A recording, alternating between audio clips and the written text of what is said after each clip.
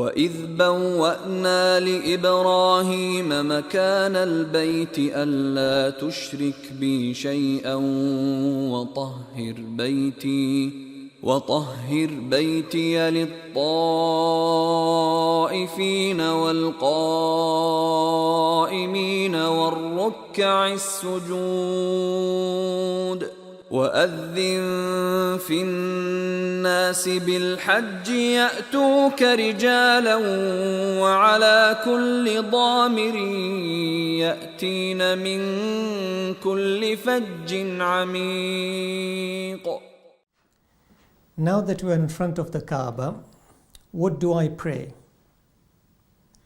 The sixth Imam has said, "You are Allah's guest. Ask and you will be given. Pray and you will be answered. Implore for intercession and they will be accepted. And remain silent and you will be blessed."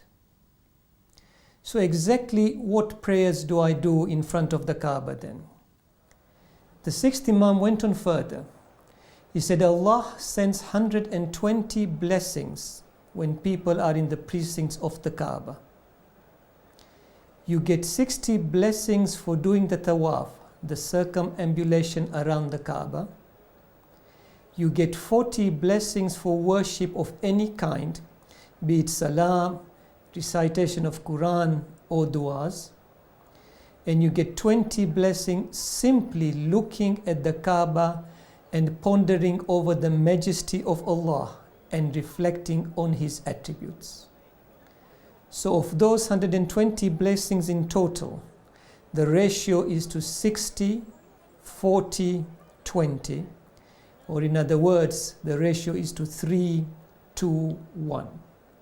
So for the prayers in front of the Kaaba, it's the tawaf, the worship, and reflecting on the attributes of Allah to get His blessings.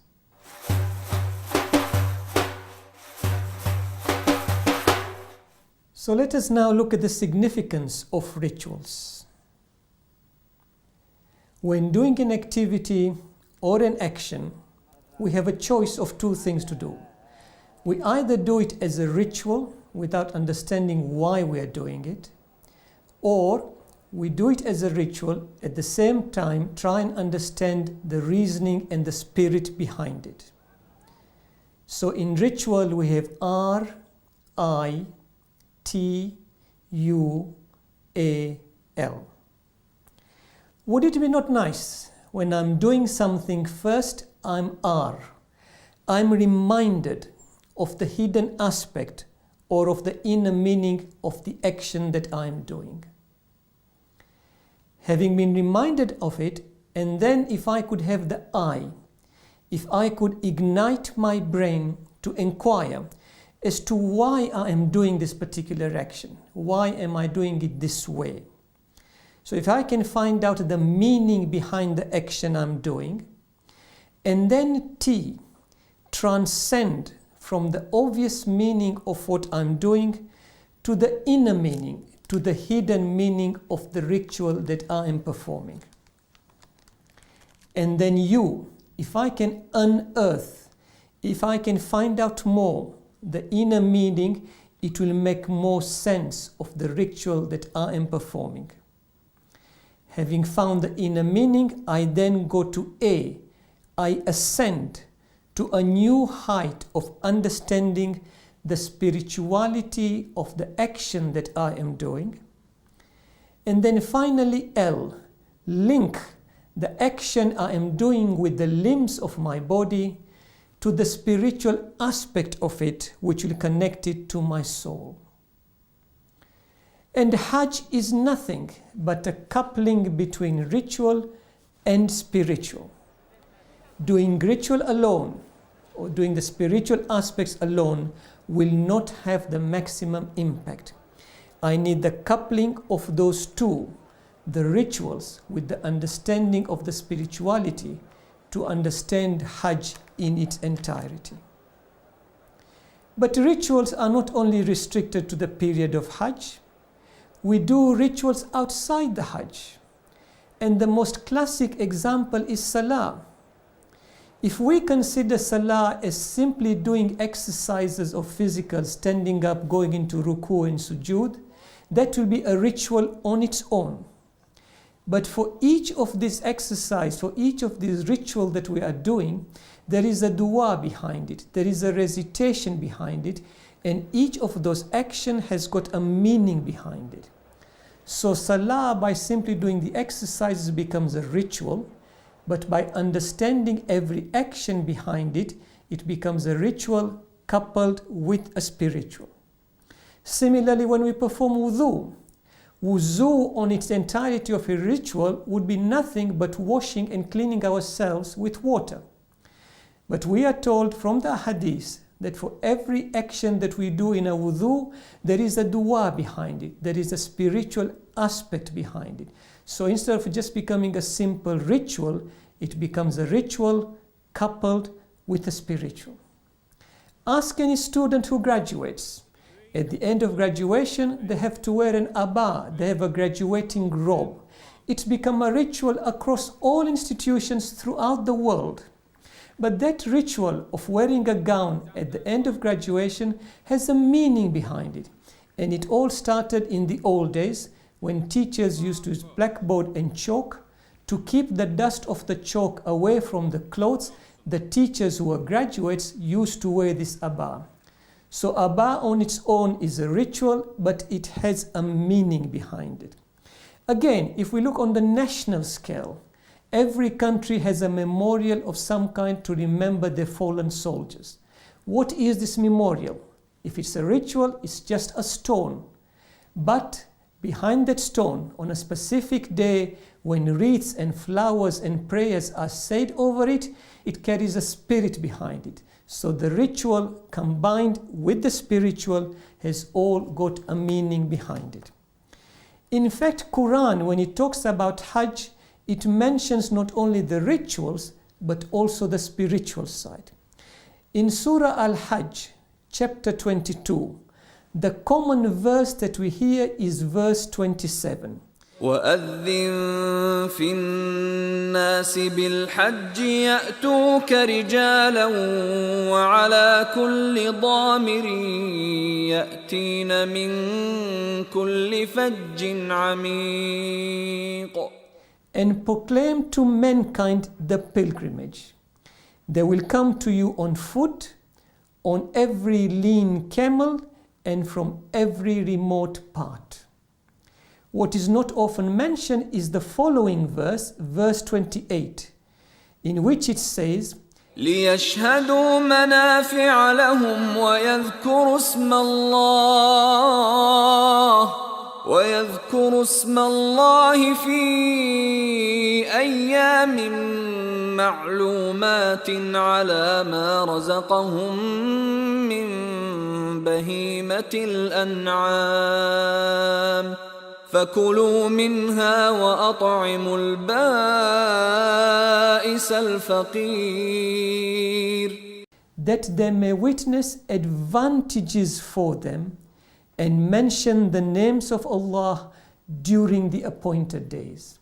So verse 28 clearly says there will be the rituals of mentioning the names during the time of Hajj. But the purpose of it is so they may witness advantages for them. In other words, for all the rituals during the time of Hajj, there is a spiritual behind it, as Allah Himself says.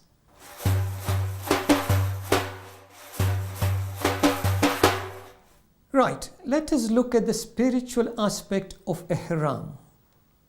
What is ihram?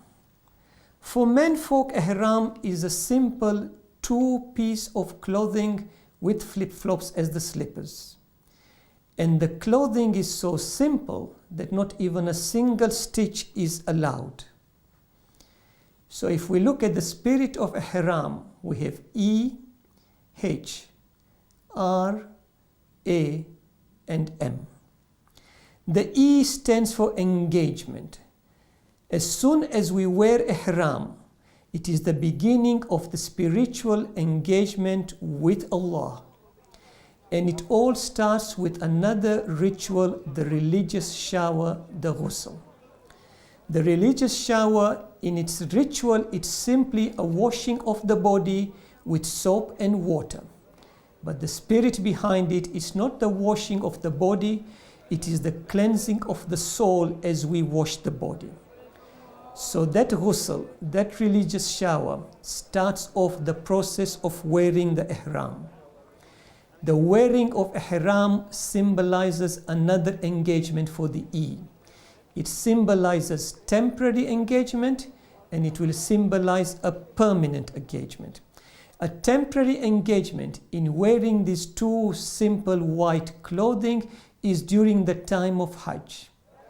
But more importantly, there is a permanent engagement after Hajj, for when we go to the intermediate world and the hereafter, our permanent abode, we will be going in exactly the same kind of uniform, simple white clothing. So ihram signifies engagement during Hajj and after Hajj when I return to Allah. The H in ihram is for harmony. For now, in this simple clothing, my attention is now exclusively focused on Allah. The worries and the issues of the worldly affairs that I have left behind should now be removed from my mind. Those issues will take care of themselves. They have taken care of themselves before, they are doing it now in my absence when I'm in Hajj, and they will do it in the future. So the H is now in harmony exclusively with Allah. It is also in harmony with my fellow pilgrims, with my fellow Hujjaj, because they are all, without exception, also dressed in the same uniform. There is no distinction now in front of Allah, regardless of what nationality, regardless of race, of color, of wealth, of language, of social standing, of profession, of any postcode, of any zip code. We are all in it together, in harmony, focused on Allah. The R in ihram is for redemption. Having now clothed myself in ihram, I want to redeem myself through the rituals of Hajj. I want to R to reach out to Allah, and R for reconnecting my connection to Allah, and to resolve that after Hajj I will start leading an Islamic way of lifestyle, and R to repent my past sins, and R to resist any future ones. So this R is for redemption in ihram. The A in ihram is for abstinence. In the state of ihram, I've been asked not to perform certain things, they now become forbidden. Things which were allowed outside the state of ihram now become forbidden in the state of ihram. And these forbidden things are simple mundane things like clipping of the nails, an innocent activity, but it is now forbidden in ihram. Why? It is simply to train me, to discipline me, that if this is what Allah commands, then without question, unreservedly, I follow His command. So it trains me in discipline, in abstaining from mundane things. And the training is this: if I can abstain from mundane things during Hajj, it will give me the training and the discipline to abstain from other less mundane things outside Hajj. So this abstinence in ihram is training me for discipline in Hajj and outside Hajj. Outside Hajj, if I abstain from forbidden things, there is no merit in it, for it is required for me to abstain from forbidden things. But if I am disciplined to abstain from permitted things, and it brings me closer to Allah, then the ihram has served its purpose of abstinence in disciplining me. For example, if it means watching TV or a football match at the punctual time of Salah, it is permitted to watch TV and football. But if I abstain from watching it at the punctual time, it will bring me closer to Allah. And that ihram in abstinence, therefore, will discipline me after Hajj. The M in ihram is for mindset. The instant I put on the clothing of ihram, my whole mindset has got to change in spirit. The wearing of ihram is a physical thing. The spirit behind it is my focus is now exclusively on the start of this spiritual journey. Ihram forces me to condition my mind in that I realize I am the lowly creature and Allah is the one who is at the highest level. I have been stripped of all my other clothing except for these two simple clothing. The spirit behind it is, it strips me of my ego, of my pretensions, so that I am now going to get rid of these not only during Hajj but also after Hajj. The wearing of these two simple clothings in ihram forces me to think of death that is to come, for it is the same kind of clothing that I will be shrouded in, the kafan, during the intermediate world and the hereafter. So therefore the M of ihram here puts me in a different mindset, not only in Hajj but also after Hajj. So ihram, the E stands for engagement, the H for harmony, the R for redemption, the A for abstinence, and M for the change of mindset during and after Hajj.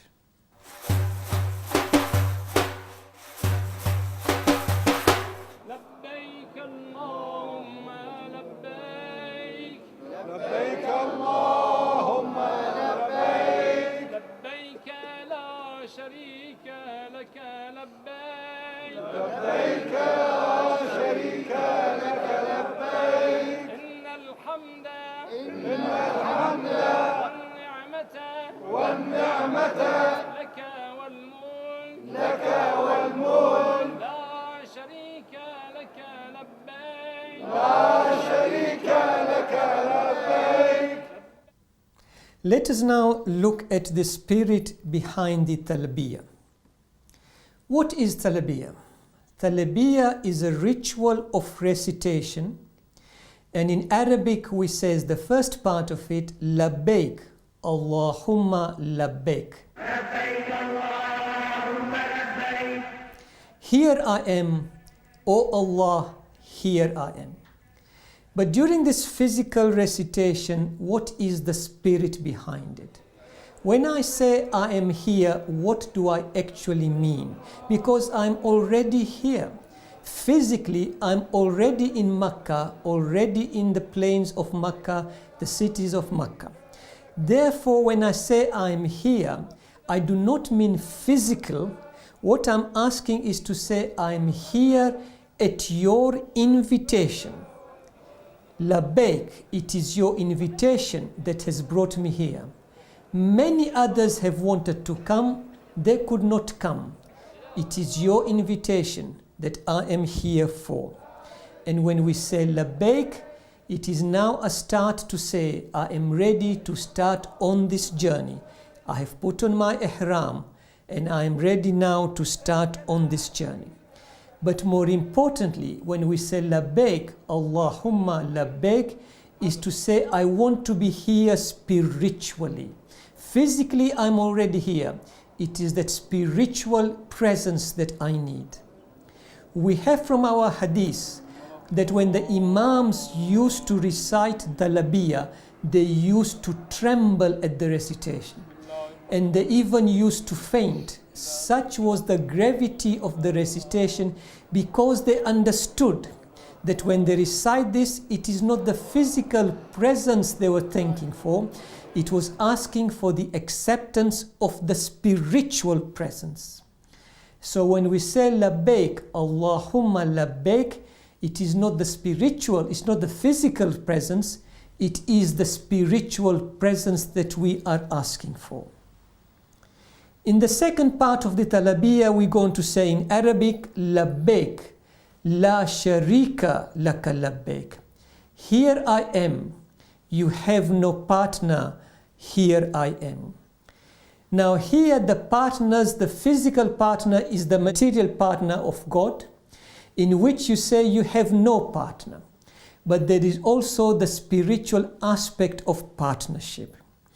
Because materialistically we say you have no partner, that is fine. But now spiritually we want to disassociate any partnership, any materialistic partnership with Allah. So for example, after Hajj, when I come back to my hometown, what are the materialistic things which will associate as partners to Allah? It could be, for example, watching TV. It could be sports. It could be family. It could be my business. All these things spiritually can be regarded as partners to Allah. For if I associate with these activities and they keep me away from Allah, it means I'm associating partners with Allah. So in talabiyya, in Hajj, when I say labbaik, la sharika laka labbaik, here I am, you have no partner, here I am. I am first affirming during Hajj, he has no physical partners and he has no spiritual partner, in that my focus is now exclusively on him and on him alone. And after Hajj, when I come back, I disassociate with materialistic partnership, which will keep me getting any closer to Allah at the right time. So talabiyya, therefore, it is not only a ritual recitation. The spirit behind it is to say, I want the spiritual presence during Hajj and not to associate any materialistic partnership with Allah after Hajj.